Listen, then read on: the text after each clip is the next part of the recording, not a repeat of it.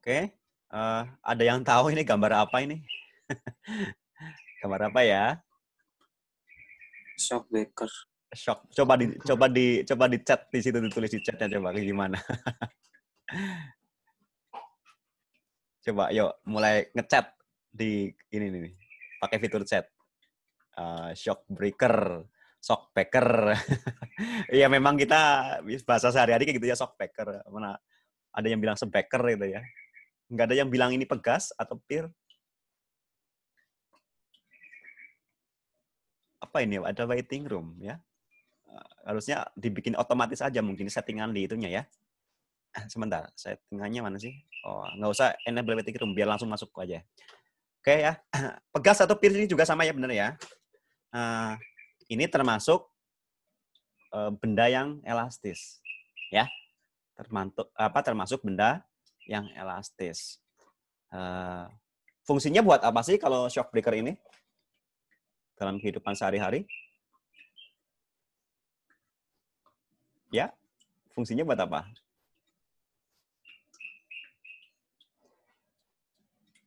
Halo, coba saya lihat ceknya, apa chatnya. Belum ada yang jawab nih. Meredah hentakan, oke, good. Meredam getaran. Yo, yang lain yuk. Kasih ininya ya. Ini kan chat ini kan akan terlihat nanti di save sama saya. Jadi siapa yang aktif, siapa yang nggak aktif ketahuan juga ya. Ayo. Tentunya akan ada penilaian yang berbeda. Yuk. Meredah hentakan. Biasanya dipakai di mana nih? Di motor, di mobil ya. Seperti itu. Jenis-jenis shock breaker banyak sekali. Kendaraan. Nah, ini salah satu yang paling umum ya. Seperti itu. Dan ada shock breaker sama nggak bentuknya? Atau dalam, misalkan ini pegas nih, sama nggak bentuknya? Atau beda-beda? Beda pabrikan, beda ini, atau gimana? Atau sama saja kayak gini nih bentuknya? Ada yang panjang, ada yang pendek ya. Kalau dari sisi bahan kira-kira sama apa beda? Kalau dari sisi bahan? Sama, oke. Sama, belum ada yang jawab beda ya. Oke, sip. Nah, itu yang pertama. Ini termasuk benda yang elastis nggak? Shock breaker termasuk benda yang elastis nggak? Iya. Iya, oke, Gus. Bagus ya. Kira-kira kenapa kalian menjawab iya? Kok shock breaker ini benda yang elastis? Apa sih benda elastis itu? Coba, alasannya apa? Masih iya. Kira-kira apa nih? Kok shock breaker benda yang elastis gimana sih? Ceritanya dapat memantul. Oke. Ini kalau dilemparkan balik lagi ya. Mantul sih ya. Yang lain coba, ya Barikli dapat memantul. Yang lain ada pendapat nggak? Kenapa kalian dengan mantap menjawab shock breaker ini adalah benda yang elastis, bukan benda yang tidak elastis? Kira-kira apa alasannya nih? Selain Barikli cuma Barikli baru ini. Bisa memanjang dan bisa memendek. Oke, good, bagus nih ya. Barikli, Farel dapat menyusut, berarti mungkin jadi pendek ya mungkin ya, seperti yang Farel bilang ya, jadi pendek mungkin ya. Pertanyaan selanjutnya nih untuk semuanya. Kapan atau apa yang menyebabkan si shock breaker ini jadi panjang atau jadi pendek? Apa yang menyebabkan dia jadi panjang atau jadi pendek? Kalau gimana? Kalau kita gimanakan? Kalau kita apakan? Kalau kita kasih apa? Ayo coba. Mendapat tekanan, menerima tekanan, terkena tekanan, guncangan. Oke deh ya. Gini nih, tekanan itu apa ya? Tekanan juga sebenarnya ada sesuatunya di dalamnya nih, ya. Di dalam tekanan itu ada sesuatunya nih, ya. Menekan itu akhirnya memberikan apa kepada suatu benda kan, ya nggak sih? Ya, ketika kita duduk di sepeda motor, ya kan? Tubuh kita punya sesuatu, tubuh kita punya massa. Tubuh kita punya berat badan, ya enggak? Sehingga kita menekan si pegas ini. Ya.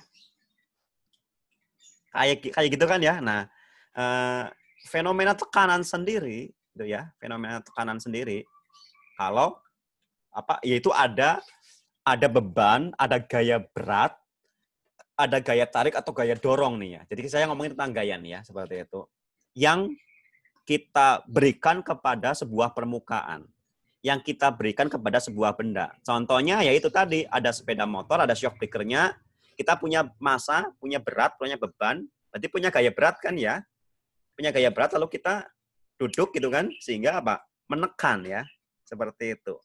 Tekanan itu apa ya namanya, aktif ya, bukan aktif, ada aktif, ada sesuatu yang memang mendorong atau menarik sehingga menjadikan sebuah tekanan kayak gitu ya. Dalam hal ini adalah gaya. Jadi gini tuh, kalau saya runut lagi ya, dia akan bertambah panjang atau bertambah pendek kalau dikasih gaya, betul nggak? Shock breaker ini akan bertambah panjang atau bertambah pendek kalau kita kasih gaya berat.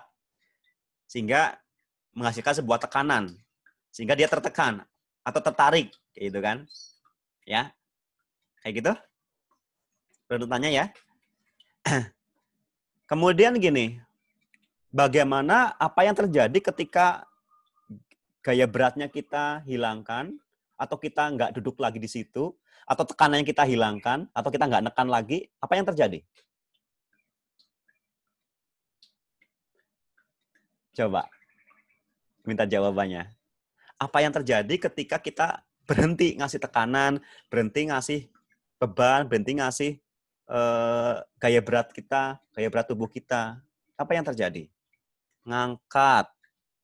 Baru satu yang jawab nih. Coba yang lain yuk. Akan kembali, ini bagus ya. Akan kembali ke bentuk semula. Saya tertarik dengan kata-kata ini ya, bentuk ya. Bentuk itu form dalam bahasa Inggrisnya. Atau istilah lain itu formation, formasi ya. Dan ini ada kaitannya dengan definisi zat elastis nih. Perhatikan, kita punya shock breaker. Kita mendefinisikan shock breaker sebagai salah satu contoh benda yang elastis. Apa sih benda yang elastis itu? Yaitu benda yang kalau kita kasih gaya luar, entah ditarik, entah didorong, entah ditekan gitu ya, seperti itu namanya, maka benda tersebut akan mengalami yang namanya deformasi. Ya, deformasi. Formasi bentuk. Deformasi ya mudahnya mengalami perubahan bentuk. Perubahan bentuk bisa 1 dimensi, bisa 2 dimensi, bisa 3 dimensi. Kayak gitu ya. Menyambung pola berpikirnya. Halo? TKJ 1?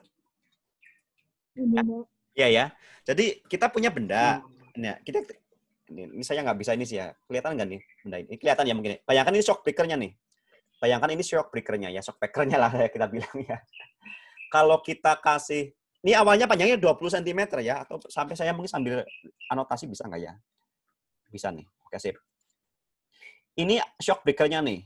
Saya gambar ya. Shock breaker-nya ini panjang awalnya 20 cm. Ya kan? Atau biar gampang, saya ganti dengan pegas aja deh, pegas timbangan ya. Tahu nggak timbangan pegas? Tahu ya, sampai 20 kg, sampai 50 kg kan? Ya. Nah, awalnya memiliki panjang 20 cm nih. Lalu kita kasih beban, tentunya dia akan mengalami pertambahan panjang ya. Gitu nggak? Jadi segini nih. Setelah kita kasih beban. Ini bukan shock breaker lagi ya, tapi pegas ya, pegas. Atau karet deh. Kalian punya karet 20 cm, kasih beban akan mulur ya. Ini karet nih. Ini scuba mask ya. Ini dari karet ya. Awalnya berapa nih? Misalkan 15 cm. Kalau saya kasih beban nih, gaya luar berarti kan gaya berat ya. Dia akan mulur tuh. Ya kan? Akan mulur. Nah, ini namanya deformasi ya. Akan mengalami perubahan bentuk. Ini form awalnya, kemudian ini form akhirnya. Mengalami yang namanya deformation atau perubahan bentuk. Dalam hal ini, berubahnya adalah 1 dimensi ya. Atau berubah panjangnya. Clear seperti itu terlebih dahulu? Halo? Cek suara. Nyambung? Nyambung, Pak. Oke ya. Nah, kalau kita kasih gaya luar, akan mengalami yang namanya deformasi ya, atau mengalami perubahan bentuk. Sip? Ya. Nah, bagaimana kalau gaya luarnya kita hilangkan? Akan kembali ke formasi awal. Akan kembali ke bentuk awal. Ya. Benda apapun yang kalau kita perlakukan seperti itu, kok seperti itu juga cara kerjanya atau apa ya istilahnya ya, kelakuannya atau apa ya, sifatnya seperti itu namanya benda yang elastis. Benda apapun, ya, itu namanya benda yang elastis. Yang kalau kita kasih gaya luar, dia akan mengalami perubahan bentuk. Kalau gaya luarnya kita hilangkan, akan kembali ke bentuk semula. Sip? Sip ya? Ada yang mau menanggapi, bertanya? Cukup dulu? Cukup? Cukup, Pak. Saya tanya lagi nih. Ini gambar apa nih? Gambar apa nih? Jembatan. Jembatan. Saya tanya, jembatan ini dari bahan apa nih? Bahannya apa nih? Beton ya, mungkin ya, baja dan sebagainya kan? Ya enggak? Nah, yang saya tanyakan selanjutnya, jembatan termasuk benda yang elastis enggak? Enggak. Kenapa kalian jawabnya enggak? Karena enggak sesuai dengan ciri-ciri yang tadi saya jelaskan.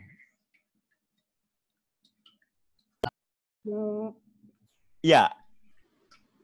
Oke deh. Saya ambil contoh di sini siapa ya? Yang kelihatan cuma Akmal yang kelihatan mukanya. Sama Nabilah ya. Yang lainnya, aduh, umpetan kemana nih pada ya? Senangnya kalian tuh umpetan ya. Malah Bahirah ini jadi ini. Zidan ada di situ, Zidan? Halo, Pak. Ah, itu bagus ya. Nyimak ya. Yang saya khawatir itu nggak ada orangnya di situ yang saya khawatir. Nanti kalian nggak belajar. Oke, lanjut. Zidan misalkan Zidan nih. Zidan di sini nih. Ini nggak bisa ini ya. Sebentar, anotasi mungkin ya. Zidan agak gede tapi ya sini ya. Segini ya, di sini nih. Kalau kita berdiri di sini, kalau kita lompat-lompat, ini mengalami perubahan bentuk nggak si jembatannya? Mengalami melengkung atau gimana? Itu nggak? Bergoyang nggak? Enggak. Kalau ada beberapa kontainer lewat, kira-kira kalian merasakan nggak? Getar, Pak. Getar kan? Apa sih yang terjadi ketika benda bergetar? Ini ya, bayangkan ini jembatannya ya. Kalian ada di tengah-tengah, kita di tengah-tengah nih. Kayak gini kan? Ya enggak? Kayak gitu enggak? Kalau ini jembatan-jembatan gantung yang di desa-desa itu, yang dari jembatan gantung ya, kalau kalian rumahnya di Purwokerto di Sidabawa itu ada jembatan gantung, jembatan merah ya itu ya. Kalau ada motor lewat kayak gini kan ya, tergoncang itu kan ya, seperti itu. Bahkan jembatan ini pun juga sama, ketika ada kontainer lewat, ya, kita merasakan getaran kan? Lihat. Nah, kalau kayak gini, artinya apa nih kalau kayak gini nih? Elastis nggak kalau kayak gini? Elastis. Elastis. Jadi sebenarnya jembatan ini juga elastis. Ya kita nggak bilang awal bukan elastis, kenapa? Karena memang dia nggak bisa mulur gitu kan, kembali lagi gitu, nggak ya. Kenapa? Karena gaya berat badan kita nggak cukup untuk mendorong si jembatan ini agar kelihatan elastisitasnya. Dan dia butuh gaya yang sangat besar. Kalau kontainer lewat, dia udah kelihatan kan elastisnya, melengkungnya terlebih dahulu. Kendaraannya lewat, dia balik lagi ke bentuk semula. Ya nggak? Ya. Coba deh kalau yang belum pernah merasakan, kalian kalau di rumah dekat jembatan yang agak panjang, ya, yang di jalan-jalan gede maksudnya ya, seperti itu, kalau ada mobil lewat kerasa. Kalau kalian pernah ke sekolah, ke SMA Telkom gitu ya, di dekat pos satpam, di situ berdiri di pinggir jalan, ada mobil lewat, kerasa tuh di situ tuh. kayak gempa seperti itu. Jadi ini elastis, ya. Lanjut. Ini bumi nih, permukaan bumi nih, ya. Bumi kita itu seperti telur, ya. Bumi kita itu seperti telur, ya. Yang mana telur itu apa itu namanya? Di dalamnya lebih cair gitu ya. Dan permukaannya berupa zat padat. Ya. Mantelnya, ini mantel kita itu kan berupa batuan rock ya, batuan nih. Kita berdiri di atas batuan. Di bawah batuan itu dia lebih lembek. Magma apalagi ya. Inner core-nya itu lebih lembek nih. Ya. Dan bumi itu dinamis, nggak statis ya. Artinya apa? Di dalam bumi itu setiap saat mengalami perubahan temperatur dan mengalami perubahan tekanan. Ya. Adanya gunung berapi agar apa? Agar buminya nggak meledak. Bayangkan, seperti telur kita panaskan, pecah telurnya kan? Ya nggak? Coba kalian bayangkan. Kita punya telur, kita rebus telurnya, nggak dimatikan, udah lama banget. Nanti retak ya intinya ya. Apa namanya? Si cangkangnya retak. Bumi juga sama. Di dalam ini mengalami perubahan suhu, perubahan tekanan setiap saat. Kalau nggak dimuntahkan nih, nggak dikeluarkan, ini nggak dibocorkan gitu ya. Ini kan pembocoran tuh, dibocor-bocorin kan sama gunung berapi ya, seperti itu. Itu untuk mengeluarkan tekanan ya, sehingga tekanannya stabil, sehingga suhunya juga stabil. Jadi dia gunung berapi, fenomena alam yang baik buat bumi. Tanpa gunung berapi, bumi bisa meledak. Nah, sifat bumi yang dinamis seperti ini menyebabkan ada pergerakan-pergerakan lempeng, ya, pergerakan-pergerakan lempeng bumi, seperti itu. Bisa nggak saya ada lagi nggak? Oh masih ada nih ya, pergerakan lempeng bumi itu. Oh udah habis. Ini ya, pergerakan lempeng bumi menyebabkan apa ini namanya itu? Gempa bumi kita kan ya, ada yang namanya gempa bumi, ya. Jadi misalkan yang warna kuning hijau sebelah kiri nih. Turun ke bawah, yang ini terangkat ke atas. Yaitu karena apa? Karena ada dinamika bumi yang suhu dan temperaturnya selalu bergolak kayak gitu ya. Sehingga apa? Nanti dia bisa patah dan sebagainya. Ini kalau terjadi di lautan, jadi tsunami. Dulu kasus tsunami Aceh 2004. Kalian belum lahir ya 2004 ya. Belum. Tsunami Aceh itu kan ada lempengan di sebelah baratnya Sumatera tuh. Ya ini kira-kira saja. Saya tepatnya itu pasti ada datanya ya. Kira-kira antar lempengan itu jadi anjlok gitu loh. Ceplok gitu ya. Gimana ya? Ada lagi saya dorong-dorong gitu ya. Ceplok gitu loh. Anjlok 10 cm saja. Bayangkan, anjlok 10 cm saja kurang lebih segitu. Tetapi sepanjang berapa ya? Mungkin 200-an kilometer lah. Ya. Dari mana nih? Dari Purwokerto nyampe mana? Sampai Surabaya anggap aja ya kayak gitu ya. Sepanjang itu. Ya. Turunnya cuma 10 cm tapi sepanjang ratusan kilometer. Di atasnya itu air. Ya. Jadi gentakannya kan jadi getaran kan? Ya enggak? Air di atasnya akan tersingkap. Coba deh kalian tangan kalian taruh di atas baskom di kayak gini kan airnya akan tersingkap kan? Ya, kita getarkan baskomnya di bawah, cetok gitu ya. Pasti airnya akan tersingkap ya enggak? Itu yang terjadi ya. Nah, kita merasakan getaran bumi, kita merasakan gempa bumi.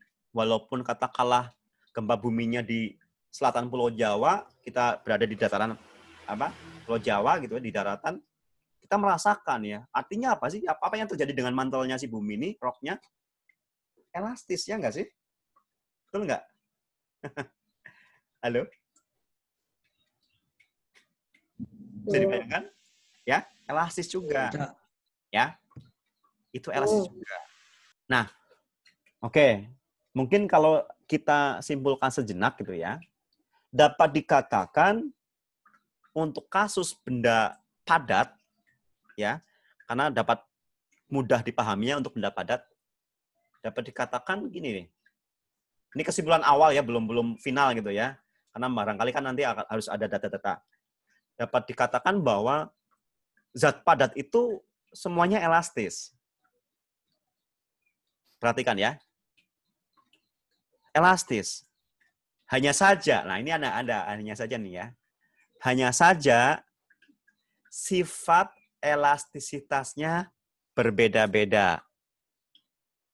Ya, hanya saja sifat elastisitasnya berbeda-beda. Ada benda-benda yang sangat elastis, ada benda-benda yang sangat-sangat kurang elastis. Saya mungkin stop share yang ini pakai whiteboard saja. Gimana tadi? Halo? Halo, cek. Gimana tadi? Kesimpulannya gimana? Coba minta tolong salah satu. Semua zat padat itu sifatnya elastis. Hanya saja memiliki tingkat elastisitasnya memiliki keelastisitas yang berbeda-beda. Good, bagus. Berarti menyimak. Ya. Ada benda-benda yang sangat elastis. Jadi, benda yang sangat elastis. Ada benda yang kurang. Sangat kurang ya. Sangat kurang. Ini saya agak cepat-cepat tulis ini. Elastis. Ya. Benda yang sangat elastis dikasih gaya yang kecil saja, gampang deformasinya. Dan gampang kembali ke bentuk semula ketika gaya luarnya kita hilangkan. Contohnya ini ya. Ya kan? Karet nih, scuba ya. Karet scuba ada dari karet nih. Saya kasih, ini tangan saya punya berat kan? Punya beban ya. Ya. Masanya berapa dikalikan gravitinya berapa, itu namanya berat. Ya. Kalau saya taruh di sini, misalkan ini 5 kg katakanlah, berarti kan 50 Newton nih. Sekitar 50 Newton. Saya taruh di sini nih, 50 Newton, dia akan mulur ya tuh. Ya. Saya lepaskan kembali ke bentuk semula. Ini benda padat juga kan? Tetapi kalau saya kasih gaya 50 Newton juga, dia nggak kelihatan mulurnya. Nggak kelihatan mulur kan? Seperti itu. Tapi dia bisa mulur. Mungkin sangat kecil banget ya. Misalnya saya kayak gini nih, dibelokkan kayak gini. Kelihatan tuh ya. Nggak kelihatan ya, tapi kalau saya kayak gini pasti ini bengkok dikit ya. Dan saya lepaskan, dia akan kembali lagi gitu loh. Nah, ini benda yang kurang elastis.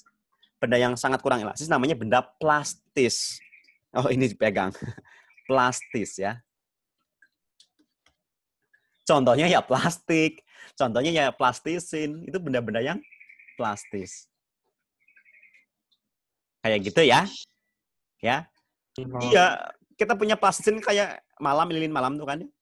Dipencet dikit nggak berubah, dipencet kegedean, berubahnya total ya. Maksudnya deformasinya itu kekal, nggak bisa kembali lagi ke bentuk semula kayak gitu.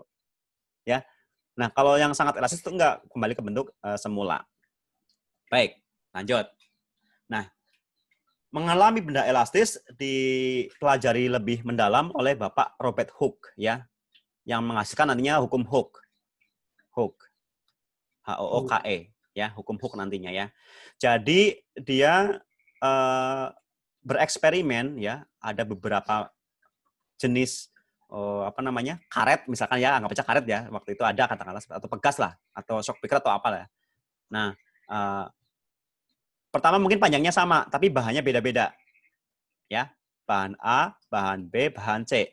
Atau bahannya sama, tapi panjangnya beda-beda. Ini kondisi awalnya. Ya, D, E, F. Panjang sama, bahan beda. Ini bahan sama, panjangnya beda. Seperti itu. Nah, dikasih beban yang sama, tingkat kemulurannya berbeda. Ya, ternyata seperti itu. Dan kalau kita bikin kurvanya dari data-data tersebut, ya, yang mana vertikalnya sebagai beban yang membebani dia itu F, katakanlah F weight seperti itu, berapa Newton gitu ya.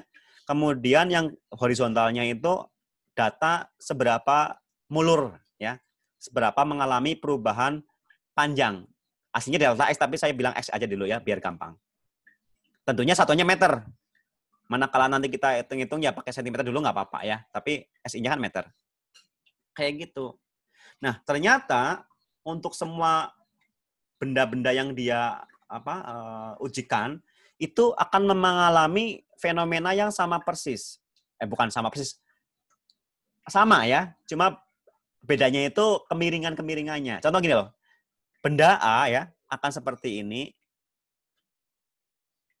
terus baru belok, ya. Benda B seperti ini lurus, baru belok. Benda C gitu ya, mungkin warna yang lain, ke sini, baru belok kayak gitu loh. Lihat, ya. Yang dari sini ke sini, itu lurus. Ini garis lurus ya, lurus. Seperti itu. Apa sih makna garis lurus? Jadi gini, ketika kita kasih beban 10 Newton, mulurnya misalkan yang untuk bahan yang ini ya, bahan yang hijau ya, mulurnya 1. 20 Newton, 2. Sampai 50 Newton, 5. Kayak gitu. Dan kalau 50 Newton ini kita lepaskan, dia akan kembali ke panjang semula, ke titik 0. Ya. Tetapi kalau 60 Newton, nggak 6, tapi 7, bahkan mungkin 8. Ya. Kalau 70 Newton juga jadi 10 cm mulurnya. Dan kalau 10 Newton, 100 Newton itu kita hilangkan, dia kembali, tapi nggak kembali ke panjang semula. Sudah kendur. Ya, sudah rusak. Kembali lagi, tapi nggak kembali ke panjang semula. Bahan yang lebih beda lagi, tapi garisnya kurvanya sama itu loh, lurus dulu baru belok, lurus dulu baru belok kayak gitu ya. Nah, maka Pak Hooke ini mendefinisikan kayak gini nih. Ya, sebentar. Saya gambar dulu ya. Nah, untuk area-area yang sebelah sini nih, yang kurvanya garisnya lurus, itu namanya area yang elastis. Sedangkan yang sebelah sini namanya area plastis. Ya. Kemudian di sini ada yang namanya titik kritis, yaitu apa? Titik rusaknya benda. Titik patahnya, putusnya benda yang kita kasih gaya.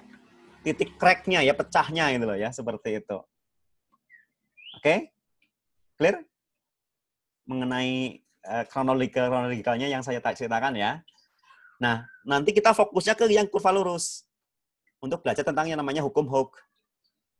Yaitu hubungan antara gaya dengan deformasi panjang, perubahan panjangnya. Ya. Nah, hukum Hooke ini berupa persamaan garis lurus yang seperti yang kita pelajari di matematika. Ya, bahwa F itu sebagai fungsi dari X, ya.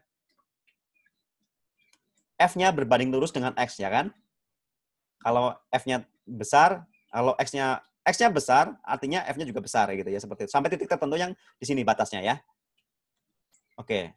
Nah, kan ini ada tiga pegas yang berbeda-beda, ada yang bahannya sama tetapi panjangnya beda-beda, ada yang bahannya beda-beda tapi panjangnya sama. Nah, ini ternyata untuk bahan yang berbeda-beda gitu ya, akan memiliki nilai yang berbeda-beda. Ini contoh, ini gambarnya seperti ini datanya ya, seperti itu. Maka di sini ada konstanta atau koefisien atau tetapan K ya, tetapan pegas. Tergantung jenis pegasnya. Ada pegas yang gampang mulur, ada pegas yang susah mulur. Ya kan tergantung bahan, ya nggak? Ini namanya persamaan hukum Hooke ya. Jadi F sama dengan Kx. Ini secara sederhananya. Kalau secara kompleksnya ada. Cuma saya biar kalian paham aja ya. F Kx. F gaya luar. Yang nanti akan definisinya akan berubah jadi gini loh. F itu gaya pemulih ya. Apa sih gaya pemulih? Gaya yang dimiliki oleh bahan tersebut untuk memulihkan ke keadaan semula. Coba kalau kalian tarik karet menarik balik kita kan? Ya nggak sih? Kita narik pegas narik balik kita kan? Kita narik 10.000, pegasnya naik kita 10.000 juga. Itu namanya gaya pemulih. Ya, nantinya tuh di sini tuh F itu sebenarnya gaya pemulih. Cuma kan eksperimennya pakai beban kan? Ini kita pakai beban terlebih dahulu kayak gitu. Ya, F sama dengan Kx kalau kita modifikasi jadi K sama dengan F dibagi X. Ya. Seperti itu. Apa namanya? Sama-sama dikasih gaya tadi 50 Newton ya. 50 Newton mulurnya katakanlah 10 cm, 20 cm, 0,2. Satunya lagi, ya, sama-sama dikasih gaya 50 Newton, tetapi hanya mulur 0,02. Hasilnya berapa ini? 50 dibagi 0,2, 5 bagi 2, 250. Ya. 5.000 dibagi 2, 2.500. Lihat, K-nya untuk yang 50 dibagi 0,02 lebih gede kan? 50 dibanding dengan 50 bagi 0,2. Maknanya apa ini maknanya? Maknanya, ini kan gampang mulur. Ya kan? dikasih gaya 50 mulur 20 cm, dikasih 50 Newton, mulurnya hanya 2 cm. Yang gampang mulur, nilai K-nya kecil. Yang susah mulur, nilai K-nya besar. Makna 250 adalah Pak, dia butuh gaya 250 Newton agar mulur 1 meter. Maknanya apa?